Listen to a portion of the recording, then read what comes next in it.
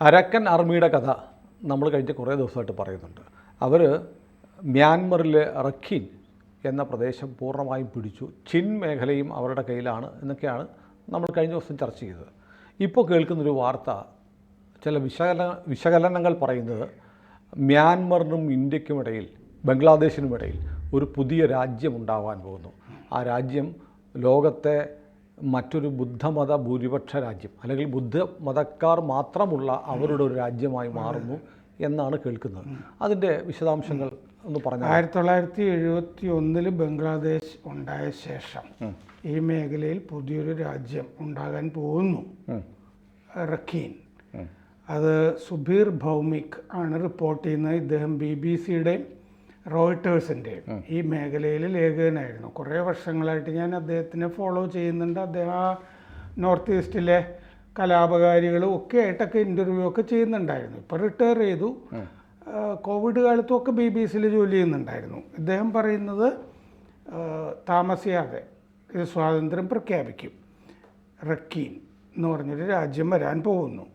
അപ്പോൾ ഇപ്പോൾ പട്ടാളത്തിൻ്റെ കയ്യിൽ ഈ സിത്വേ തുറമുഖം, ചൈനയുടെ ക്വാങ് ഫിങ്, ആ തുറമുഖം ചൈനയുടെ കയ്യിലുള്ളത്, ഇതിപ്പോൾ പട്ടാളത്തിൻ്റെ കയ്യിലാണ്. പക്ഷേ അത് അരക്കൻ ആർമിക്ക് പിടിക്കാൻ ബുദ്ധിമുട്ടുണ്ടായിട്ടല്ല.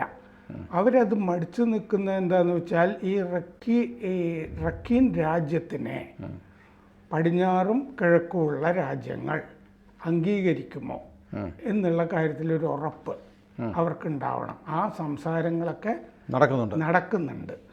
അപ്പോൾ അതിലൊന്ന് ചൈനയുടെ കയ്യിലും ഒന്ന് ഇന്ത്യയുടെ കയ്യിലുമാണല്ലോ. അത് നിലനിർത്തി പോവുക. അപ്പോൾ ആ രാജ്യങ്ങളുടെ സമ്മതം, അവർ ഈ രാജ്യത്തിനെ അംഗീകരിക്കുമോ? അംഗീകരിക്കാതെ നിലനിന്നിട്ട് കാര്യമില്ലല്ലോ.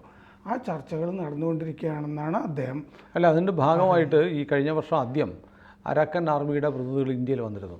ഇന്ത്യയിൽ നിന്ന് ഒരു രാജ്യസഭാ അംഗത്തിൻ്റെ നേതൃത്വത്തിൽ ഒരു ഡെലിഗേഷൻ അങ്ങോട്ടും റഖീനിലേക്ക് പോയിരുന്നു. ആരാണ് എന്തൊക്കെയാണെന്നുള്ള വിശദാംശങ്ങളൊന്നും കാര്യമായി പുറത്തു വന്നിട്ടില്ല. ഇവിടെ വന്നും അവിടെ പോയും ചില ചർച്ചകൾ നടന്നിട്ടുണ്ട്. ഒരു 10 ദിവസം മുമ്പ് നമ്മുടെ വിദേശകാര്യ സെക്രട്ടറി ബാങ്കോക്കിൽ പോയി ചർച്ച ചെയ്തിരുന്നു ഇവരുമൊക്കെ ആയിട്ട്. ചൈനയുടെ പ്രതിനിധിയും ഉണ്ടായിരുന്നു അതിൻ്റെ അകത്ത്. അപ്പോൾ അത്യാവശ്യം ചർച്ചകളൊക്കെ നടക്കുന്നുണ്ട് ഇത് സംബന്ധിച്ചിട്ട്. അപ്പോൾ യുണൈറ്റഡ് ലീഗ് അരക്കൻ എന്ന് പറഞ്ഞ സംഘടനയുടെ പട്ടാള വിഭാഗമാണ് അരക്കൻ ആർമി. റഖീനിലെ 18 ടൗൺഷിപ്പുകളിൽ 15 പിടിച്ചു കഴിഞ്ഞു. പിന്നെയുള്ള 3-ൽ 2 തുറമുഖ പ്രദേശങ്ങൾ. അതെ, അപ്പോൾ ബാക്കി മുഴുവൻ പിടിച്ചു കഴിഞ്ഞു എന്നർത്ഥം. ഈ റഖീൻ എന്ന് പറഞ്ഞത് അവരുടെ കയ്യിലാണ്. 18 മാസം മുമ്പ് ഇത് നമുക്ക് സ്വപ്നത്തിൽ പോലും കാണാൻ കഴിയില്ലായിരുന്നു എന്ന് ഭൗമിക് എഴുതുന്നുണ്ട്. ഇനി സ്വാതന്ത്ര്യം പ്രഖ്യാപിക്കുക എന്നുള്ളത് മാത്രമാണ് അവരുടെ മുമ്പിലുള്ളത്. അപ്പോൾ പട്ടാളത്തിൻ്റെ കയ്യിൽ സിത്വേ, ചൈനയുടെ ആ തുറമുഖവും, പിന്നെ മുനാങ് എന്ന് പറഞ്ഞൊരു പട്ടണം, ഇത്രയുമേ പട്ടാളത്തിൻ്റെ കയ്യിലുള്ളൂ. ബാക്കിയൊക്കെ അരക്കൻ ആർമിയുടെ കയ്യിലാണ്. നമ്മുടെ സിത്വേ തുറമുഖം നമ്മുടെ കയ്യിലാണ്, ഇന്ത്യയുടെ തുറമുഖമാണ്. നമ്മുടെ കലാദൻ പദ്ധതി ആയിട്ട് ബന്ധപ്പെട്ടതാണ് അത്. ഡിസംബർ 31 ഗ്വാ പിടിച്ചു ടൗൺഷിപ്പ്. കഴിഞ്ഞ ആഴ്ച ആൻ പിടിച്ചു. പിന്നെ വെസ്റ്റേൺ റീജിയണൽ കമാൻഡ്, പട്ടാളത്തിൻ്റെ ഹെഡ്ക്വാർട്ടേഴ്സ് പിടിച്ചു. ഇതൊക്കെ നമ്മൾ റിപ്പോർട്ട് ചർച്ച ചെയ്തിരുന്നതാണത്. പിന്നെ മുങ്ദാർ എന്ന് പറഞ്ഞ ടൗൺഷിപ്പും അതിർത്തി മുഴുവനും 271 കിലോമീറ്ററും പിടിച്ചു. റഖീൻ ഇപ്പോൾ മുഴുവനായ തുറമുഖങ്ങളുടെ കാര്യമാണ് ബാക്കിയുള്ളത്. പിന്നെ റഖീൻ പ്ലസ് നിർണായക നദി തീര നഗരമായിട്ടുള്ള പലേത്വ, അത് ചിന്നിലാണ്. ഈ പലേത്വ, നമ്മൾ ഈ സിത്വേ പോർട്ടിൽ നിന്ന് പലേത്വയിലേക്കാണ് റോഡ് പണിതുകൊണ്ടിരിക്കുന്നത്. പലേത്വ നദിയിൽ ഒരു നദീ തുറമുഖം ഉണ്ടാക്കിയിട്ടുണ്ട്. പലേത്വയിലേക്ക് മറ്റേ റോഡ് പണിത് കഴിഞ്ഞ് പിന്നെ ആ നദിയിൽ നിന്ന് ഒരു റോഡും കൂടി വേണം. അപ്പോൾ നമുക്ക് നോർത്ത് ഈസ്റ്റുമായിട്ട് മണിപ്പൂരിലൊക്കെ എത്തും. അതെ, നമുക്ക് കൽക്കട്ട വഴി മറ്റേ കോറിഡോർ വഴി പോകേണ്ടതില്ല. സിലിഗുഡി കോറിഡോർ വഴി പിന്നെ നോർത്ത് ഈസ്റ്റിലേക്ക് പോകാതെ വേറൊരു ബദൽ പാത നമുക്ക് തുറന്നു കിട്ടും. അപ്പോൾ അവിടെയും ആ നദീനഗരമൊക്കെ ഇവരുടെ കയ്യിലാണ്. ചിൻ പ്രവിശ്യയിലുള്ള പലേത്വ ഇവരുടെ കയ്യിലാണ്. അപ്പോൾ ഇന്ത്യക്ക് വേണ്ട സ്ഥലങ്ങളൊക്കെ സിദ്വയും പലേത്വ നദീ തുറമുഖം ഉണ്ട്, അത് നമുക്ക് തരാൻ അവർ തയ്യാറാണ്. അതെ, ഇതൊക്കെ ഇപ്പോൾ ഏതാണ്ട് ഇന്ത്യക്ക് ആവശ്യമുള്ളതൊക്കെ അരക്കൻ ആർമിയുടെ കയ്യിലുണ്ട്.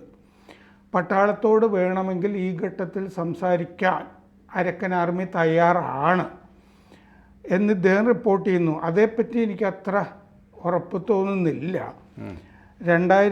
ഈ കഴിഞ്ഞ ജനുവരിയിൽ കുറച്ച് നാൾ മാത്രം ചൈന മധ്യസ്ഥം വഹിച്ചിട്ട് ഹെയ്ഗങ് എന്ന് പറഞ്ഞിട്ടൊരു കരാർ ഉണ്ടാക്കിയിരുന്നു. ആ കരാർ പിന്നെ ലംഘിക്കപ്പെട്ടു. ചൈനയെ ഈ അരക്കൻ ആർമി വിട്ടുകളഞ്ഞല്ലോ.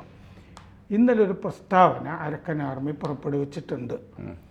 പട്ടാളം വഴിയല്ല, രാഷ്ട്രീയം വഴിയാണ് കാര്യങ്ങൾ ചെയ്യാൻ ഞങ്ങൾ നോക്കുന്നത്. ഇന്ത്യയുടെയും ചൈനയുടെയും നിക്ഷേപങ്ങൾ ഞങ്ങൾ സംരക്ഷിക്കും. ഇനിയും നിക്ഷേപം വരുന്നതിലും ഞങ്ങൾക്ക് സന്തോഷമാണ്. ഇതാണ് പ്രസ്താവനയിലുള്ള കാര്യം. അരക്കൻ നേതാക്കളും ഈ ഇന്ത്യയുടെ ചൈനയുടെ നേതാക്കളുമൊക്കെ അടുത്ത കാലത്ത് ബാങ്കോക്കിൽ യോഗം ചേർന്നിരുന്നു, സംസാരിക്കുകയൊക്കെ ചെയ്തിരുന്നു. ഉടനെ ഈ സിത്വേ തുറമുഖവും ക്വാക്ഫ്യൂ ചൈനയുടെ തുറമുഖവും പിടിക്കുമോ?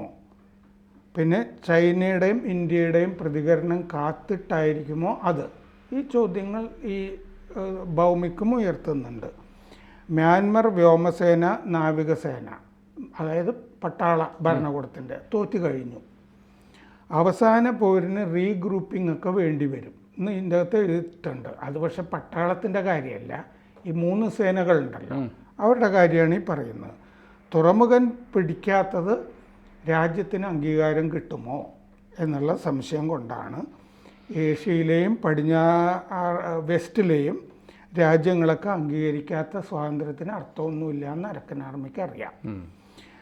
3 ബ്രദർഹുഡ് അലയൻസിലെ Ta'ang national liberation army TNL, Myanmar national democratic alliance army MNDDA, ഇവർ ചൈന ആഗ്രഹിക്കുന്ന അവരുടെ കയ്യിലുള്ള ലാഷ്യോ എന്ന് പറഞ്ഞ പ്രവിശ്യ ചൈനയ്ക്ക് കിട്ടണം എന്നാണ്.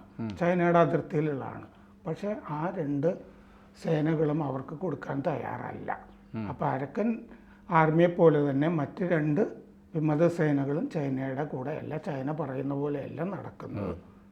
പട്ടാളം സമ്മതിച്ച് പട്ടാളവുമായിട്ട് ചർച്ച നടന്ന് പട്ടാളം എഗ്രി ചെയ്യുകയാണെങ്കിൽ സ്വയംഭരണം ഉടനെ പ്രഖ്യാപിക്കും ഈ അരക്കിൻ. പക്ഷേ ആ സ്വയംഭരണത്തിന് പട്ടാള ഭരണകൂടം തയ്യാറല്ല എങ്കിൽ സ്വാതന്ത്ര്യം തന്നെ പ്രഖ്യാപിച്ച് വേറൊരു രാജ്യം വരും. അതാണ് ഇപ്പോഴത്തെ അവസ്ഥ. എന്നിട്ട് അവസാനം അദ്ദേഹം പറയുന്നുണ്ട്, കിഴക്ക് ഭാഗത്തെ സിറിയയാണ് ഇപ്പം മ്യാൻമാർ. അത് ആഗോള രാജ്യങ്ങൾ അത് ശ്രദ്ധിക്കുന്നില്ല എന്ന് മാത്രമേ. അതെ അതെ, തീർച്ചയായും. കാരണം ഇവിടെ മ്യാൻമറിൽ സ്വതന്ത്രമായി പ്രവർത്തിക്കുന്ന 3-4 ഗ്രൂപ്പിൻ്റെ കയ്യിലാണ് രാജ്യത്തിൻ്റെ പല ഭാഗങ്ങളും. അരക്കനാണ് അതിൽ പ്രധാനമായിട്ടും 3 ആർമി. 3 ആർമിയും 4ാമത്തെ ആർമി മ്യാൻമറിൻ്റെ സ്വന്തം പട്ടാളവും. അപ്പം രാജ്യം 4 കഷ്ണമായിരിക്കുക. അതിലൊരു കഷ്ണമാണ് റഖീൻ മേഖല. ചിന്നും ഏതാണ്ടൊക്കെ അരക്കൻ്റെ കയ്യിലാണെന്ന് പറയുന്നല്ലോ, ചിൻ മേഖലയിൽ. അതെ, പലാത്വ അവരുടെ കയ്യിലാണ്. അപ്പോൾ ഈ എനിക്ക് തോന്നുന്നു മൊത്തത്തിൽ നോക്കുമ്പോൾ ഈ അരക്കൻ്റെ മേഖലയിലാണ്, റഖീൻ മേഖലയിലാണ്, അരക്കൻ്റെ കയ്യിലുള്ള റഖീൻ മേഖലയിലാണ് ഇന്ത്യയുടെ തന്ത്രപ്രധാനമായ നോട്ടം. അതെന്താന്ന് വെച്ചാൽ ആ റഖീൻ പ്രവിശ്യയാണ് ഈ ബംഗ്ലാദേശ് അതിർത്തിയോട് ചേർന്ന് കിടക്കുന്നത്. അതെ അതെ. ബാക്കി 3 സൈഡിലും മറ്റേ ബംഗ്ലാദേശിൻ്റെ ഭാഗമാണ് മ്യാൻമർ അതിർത്തി ബംഗ്ലാദേശിന് വരുന്നത്. മറ്റു 3 ഭാഗത്തും ഇന്ത്യയുടെ അതിർത്തിയാണ്, നോർത്ത് ഈസ്റ്റ്. പക്ഷെ അവിടെ ഒരു വലിയ ക്ലീൻസിങ് അവർ നടത്തിയിട്ടുണ്ട്. കാരണം ആ റഖീൻ മേഖലയിൽ നിന്ന് അവർ ഓടിച്ച സർവ്വ മുസ്ലിംസ് തന്നെ ഓടിച്ചു. മുസ്ലിം രഹിത സാനിറ്റൈസ്ഡ് ഏരിയയാണ്. അതെ. അപ്പോൾ അതൊരു പ്രധാനപ്പെട്ട കാര്യമാണ്.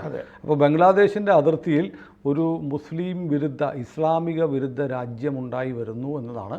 അതെ, കാരണം അവിടെ നിന്ന് റഖീനിൽ നിന്ന് 60,000 റോഹിംഗ്യകൾ കൂടി പലായനം ചെയ്ത് ഇപ്പോൾ ബംഗ്ലാദേശിൽ എത്തിയെന്ന് ബംഗ്ലാദേശ് പറഞ്ഞല്ലോ. അപ്പോൾ ഏതായാലും ബംഗ്ലാദേശിനെ സംബന്ധിച്ചിടത്തോളം ഒരു തൊട്ടയകത്ത് ഒരു ടൈം ബോംബ് വന്നിരിക്കുന്നു. ബുദ്ധരാജ്യം. കൂടുതൽ വാർത്തകളും വിശേഷങ്ങളും നിങ്ങളിലേക്ക് എത്താൻ ABC മലയാളം സബ്സ്ക്രൈബ് ചെയ്യുക, ബെൽ ബട്ടണും അമർത്തുക.